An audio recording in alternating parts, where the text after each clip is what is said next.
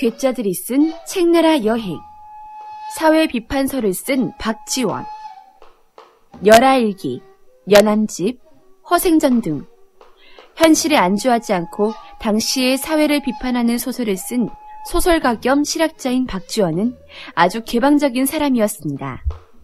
그는 소설뿐 아니라 문학이론, 철학, 경세학, 천문학, 병학, 농학 등 다양한 부분에서 활동하였습니다.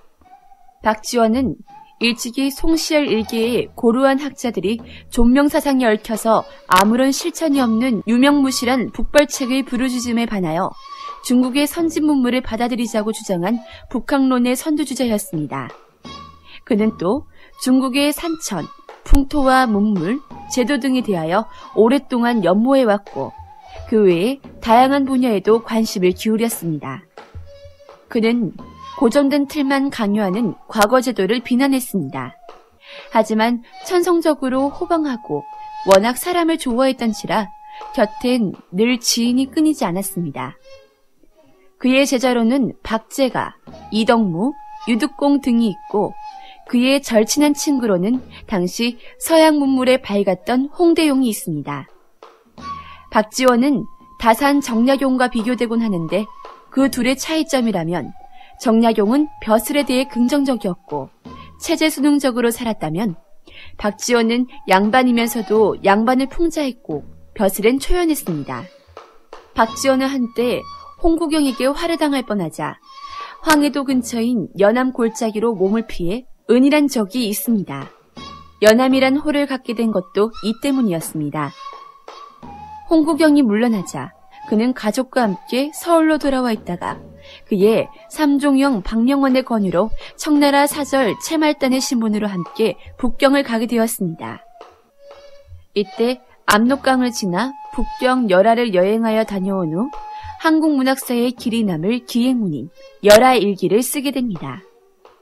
박지원은 열하일기를 통해 자신이 청나라에서 눈여겨보았던 실제적인 생활과 기술을 소개했고 박지원 특유의 문장력으로 당시 조선의 정치, 경제, 사회, 문화 등을 각 방면에 걸쳐 신랄하게 풍자하고 이를 개혁하고자 하였습니다.